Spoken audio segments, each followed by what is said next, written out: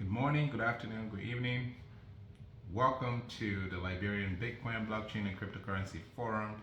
My name is Bien, and today we have some juicy topics, right? We're going to be talking about three things. Um, we'll be talking about money, we'll be talking about the economy, and we'll be talking about investment. And a lot of folks might ask, say, hey man, why are we talking about investment and money? And we're supposed to be talking about cryptocurrency, right? Well, you're right.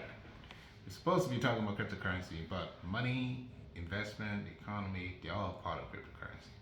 And part of the reason why I want to have this conversation first is because before we really get into cryptocurrency and start talking about different projects and how to get into cryptocurrency and how to invest, I wanted to make sure that we all have a sense of how the economy is, how money works, and what is money, right?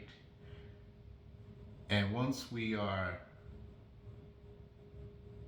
in that position of where we understand how everything works, then it's easier to comprehend some of the concept of cryptocurrency and why this space even exists. So first off the bat, let's talk about the economy. Right. So the economy is actually a really difficult topic to talk about. Why? Because the economy is so complicated, right? There's so much complexities, right? Um, and because of all of the variables, right? All of the different parts that are all interacting and connecting, it makes it really hard to consolidate the economy and come up with some sort of meaningful prediction as to say, hey, this is where the economy will be in 5 years, or this is where the economy will be in 10 years. It's really hard to do that. Even the smartest of people still find it difficult. And when I talk about the economy, I'm talking about the US economy, right? And the reason why I specifically choose the US economy is because the US economy is somehow a representation of the global economy because everybody uses the US dollar. And I think statistically, that over 80% of all of the global transactions that happens occurs in US dollar. That's massive, right? Um, Obviously, China and Russia right now, and South Africa and India, they're all trying to create this whole new currency thing where the U.S. is not in charge anymore. So that's a whole different topic for a whole different day. So the economy right now in the U.S. is not it's not the best. Things are not where they used to be. And how can we tell? We can tell from like prices of things, right? Inflation is very high right now. If you go to the grocery store and try to get some groceries, if you really pay attention to the prices of things, you realize that things are more expensive than it used to be. Why is it more expensive? You know, a can of beans last year, why is it few cents more this year? It has to do with the what happened actually when COVID started. Specifically when COVID started. It happens over the years, but when COVID started in 2020, and there was so much downturn with the economy, and businesses weren't making money, so some of them had to lay off some of their employees, and those employees weren't making money, so they couldn't take care of themselves, they couldn't feed their family, they couldn't contribute towards the economy. So that means more businesses had to shut down. So what the government did was, hey, we have to figure out a way to make sure that we keep the economy and the cash flow and everything going. So the government had this like PPE thing where they give money out there to some people who needed it, and that money given to those people get got fed back into the economy and sustained some of the businesses that already existed, right? Or some of the businesses that were struggling. And it's very important the government do that, because if it don't do that, that means we'll have a domino effect where businesses will be shutting down because there's no traffic. You know, consumers are not buying because they don't have it. And if consumers don't buy, then businesses shut down. And then those businesses have to basically fire their employees. And then there will be more people without jobs. And the government have to spend so much money, taking care of some people on welfare, right? Which is, you know, which is something that should be done. But the government don't want to do that. They don't want to do all of that. So they rather spend a little bit of money to try to help some of those folks so that they can contribute to the economy, so that businesses can stay afloat, so that everyone don't get fired or so because businesses are dying. But what that does is the government have to print out money to be able to give those money out to people, so that we can sustain the monetary, the cash velocity, they call it in economics. But what that does on the downturn, it actually increases the monetary supply, because these guys are printing money from just scratch of paper, right? And what happens is if you print out money just like that, and that money isn't really supported with any sort of like productivity, there's no production of goods and services that are proportionate to the production of that money, the printing of that money, then the money becomes devalued, right? Because there will be so much money in the market chasing after a very small amount of goods, small amount of items, right? You can print money, but you cannot print iPhone, right? You cannot print food. You can't print a bag of potatoes. So potatoes price will go up because there's so much cash in the market, and all of those cash is chasing after that bag of potatoes. And that's why we see right now in the grocery store prices of things are so high. And the reason why cryptocurrency, or the investment part of it, is very important is because many people try to figure out, hey, I got so much money that I can pay my bills, I can take a trip, I still have money left. I want to save that money. Where can I put it? It's really hard to save money in an inflationary system, right? Because you're saving money, but the value of the money is actually depreciating. So what do? Think about it. $1,000 in 1920 is still $1,000 today, but it doesn't have the purchasing power that it used to have in 1920 or 1910. The purchasing power depreciated. A house used to cost probably $10,000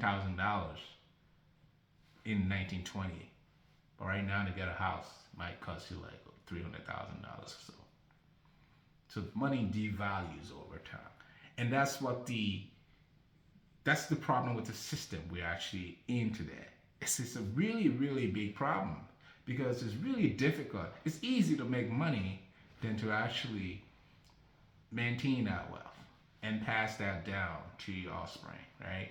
Because the money is depreciating, depreciating, depreciating, depreciating, depreciating. And the government controls that. So now, a lot of rich people, or people who have a lot of extra money, might say, hey, I got to figure out the right investment to put my money so that it doesn't depreciate. In fact, I want my money to actually be hedged against inflation, or even more. If I have $1 billion, I want to put it into an investment where that $1 billion doesn't depreciate in 5 years in terms of purchasing power, because things prices are going up.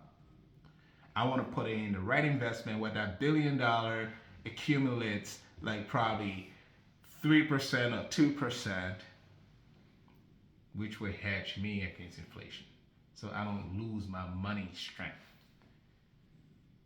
That's why rich people invest. And that's why I think it's very important that we all get into investments, because that will really help us to hedge against inflation. Because there's nothing we can do about inflation. The only thing we can do is make sure our money doesn't depreciate. It's a very easy thing to understand. And a lot of people might say savings is very important. Well, good, savings is important, but temporary short-term saving is actually better. But long-term saving is not, because you're losing money. You have the money sitting in the savings. If they don't give you, the bank don't give you the interest on that savings that is proportional to the percentage of inflation, then you're actually losing. And that's messed up. Unfortunately, it's messed up. And that's why I've been so interested in investment, because, you know, I want to be able to hedge against inflation. I want to be able to make more money and increase my possibility of actually generating wealth. So, money is just something that, the government decides and say, hey, we authenticate this item as an instrument of trade. It's an instrument, it's a medium of exchange. And it's backed by confidence, and sometimes it's backed by the military. They make you use it.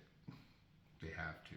But don't want to get too much into that zone before before I start getting phone calls. But anyways, that's just the little concept of money and how money works. So, but what you can get from this whole conversation is investment is very, very important, because if you're saving money too much, yeah, you're actually technically losing. But it's good to have like emergency savings account that can kind of help you out. But you always have to think about investment for yourself, your children, future of your kids, if you have kids. And even the idea of depending on retirement, it's like, you know, it's one of those things you can't be too sure. Because even if you save like $2 million, for the next 40 years through working, the question is, in 40 years, how big is $2 million? How much can $2 million actually do for you? Because of inflation. Inflation will be so high, it increases every year. So $2 million in 40 years might be an equivalent of probably maybe $700,000, the way things are going. So think about that, people. And this is why we have this community where we can have these conversations and talk about these things. And I know many of you understand some of these basic stuff, and I want you to also be a part of the conversation, be a part of the comment, and talk about what you think.